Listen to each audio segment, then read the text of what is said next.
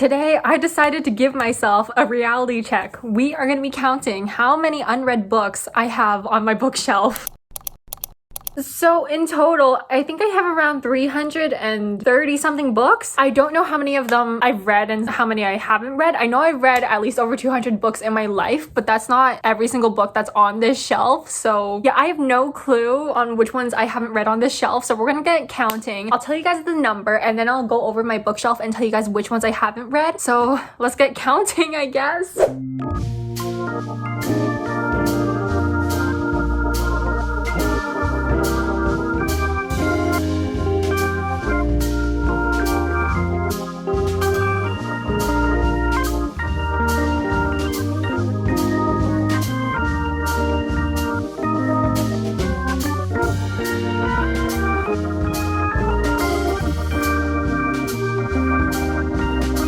I might have miscounted because for some reason I just started counting books without even thinking if I have read them or not. I don't even know if I want to tell you guys this number. Okay, I think I have around 170 plus books I haven't read on my shelf. I think 174, but again, I could have miscounted. For some reason, I just wasn't thinking anymore and I just purely started counting. So we're just gonna say around 170. That's crazy. That's like over half of the books on my shelf. Oh, I also have one beside my bed I haven't read. Potentially 175, but again, we're just gonna stick to the 170. This is so bad. Oh my god, this is so bad. No wonder I'm a broke college student. I can't help myself. Okay, well, I guess we're gonna go over the books I haven't read on my shelf. Okay, so first we have The Sunshine Court by Nora Sakavic. I've been putting this one off because I know I'm gonna like it, and it's just like I kind of want to save it for a moment when I'm going stir crazy and I need a book that I really like, so it's just being saved right here. I do that. I save books and then I take a while to read them because I'm kind of nervous. Then we have the ones I haven't organized yet. Okay, I started Dark Matter by Blake Crouch and then I put it back down because I don't know, I guess I just wasn't in the mood for it. The writing is really good. I guess I'm just not soaking in the story that well right now, so I'll give it another chance later. Then we have How to End a Love Story by Yulin Kwong. I'm so excited for this one. Funny Story by Emily Henry. I think this is The Poppy War by R.F. Kwong. Sorry, that's upside down. The third book in the Chaos Walking series by Patrick Ness. I haven't read Forget Me Not. I started this one and then I just couldn't get into it, so I put it back down. A Curious Beginning by Deanna Raybourn. Vampire Academy and Frostbite by Rochelle Mead. Eleanor Oliphant is Completely Fine by Gail Henningman. The Love Deception by Elena Armez. On the bottom here, you can't really see, but it's The Love Hypothesis by Ali Hazelwood. Then we're on the actual shelf. We have Ace of Spades. I don't know when I'm gonna get to reading this, but I really want to. Children of Blood and Bone. The Color of the Sun. What You Were Looking For Is in the Library. 10,000 Stitches. The last two books in the Red Queen series. Probably will never read these if I'm being honest. A Man Called Ove. The Shadow and Bone trilogy by Lee Bardugo and King of Scars duology also by Lee Bardugo. Okay, I do love Six of Crows. I love this duology so much. It's just I'm scared to read this trilogy because I heard it's not that good, but I really want to read this before I read King of Scars because I love Nikolai and I want to soak in as much Nikolai content as I can. Then we have Hellbent by Lee Bardugo. I still need to get the first book. The second book I thrifted. The Girl Who Drank the Moon. The first two books in the Inheritance games. The Naturals, also by Jennifer Lynn Barnes. Cinderella is Dead. The Cruel Prince. The Stolen Heir. The Darkest Part of the Forest. Then we have my Olivia Blake books. I haven't read either of these books. The Atlas 6 or the Atlas Paradox. I haven't read Masters of Death or Alone with You in the Ether, but I really want to read this one. Love Light Farms, I'll probably read during Christmas. I haven't read the last two books in the Darkest Minds trilogy. I've only read the first book. Then we have Daughter of No Worlds by Carissa Broadbent. I really want to read this one. It's just I kind of need to find the time, you know? Like right now I'm not really in a fantasy mood, so I guess that's why I haven't read like most of these fantasy books here. Red Rising by Pierce Brown. Kind of scared to read this one because I've heard so many good things about it. Bitter Blue. Things You Save in a Fire by Catherine Center. I haven't read like these last three books in this series because I read these first three so long ago, so if I want to read this entire series I kind of have to reread this first three. Then we have The Demon King. Have not read the Gilded Wolves trilogy yet and I really want to because I heard there was a really cute romance in here. Have not read the Immortal Instrument series because I'm kind of scared for some reason. Then we also have Chain of Gold, Lord of Shadows, The Red Scrolls of Magic, Clockwork Angel, also by Cassandra Clare. I want to read the Mortal Instrument series before I get into like her other books, but I'm really excited for the Infernal Devices because I hear such good things about it. The last two books in this trilogy, A Tale of Witchcraft and A Tale of Sorcery. Normally I read like Chris Colfer's books when I'm in like a reading slump because they're like pretty easy to read, so I guess when I get into my next reading slump I'll pick up a Chris Colfer book. Gwen and Art Are Not in Love. I really like this cover. It's pretty and it's pink. I don't know, I just haven't been in the mood to read this. I don't really know what it's about if I'm being honest. I kind of just bought it because it was a pink book. So we'll see when I'm in the mood to read it. First three books in the Truth Witch series by Susan Dennard. Again, I'm not in the mood to read fantasy right now. My brain just won't compete cute. So we'll see when I'm in a fantasy mood. The second book in the Legendborn trilogy, Bloodmarked. I haven't read this one because I do really like Tracy Deon's writing. It's just in this first book there was kind of some information dumping, and I don't really like information dumping too much. I really like the characters, so I'm definitely gonna read the second book when my brain is working.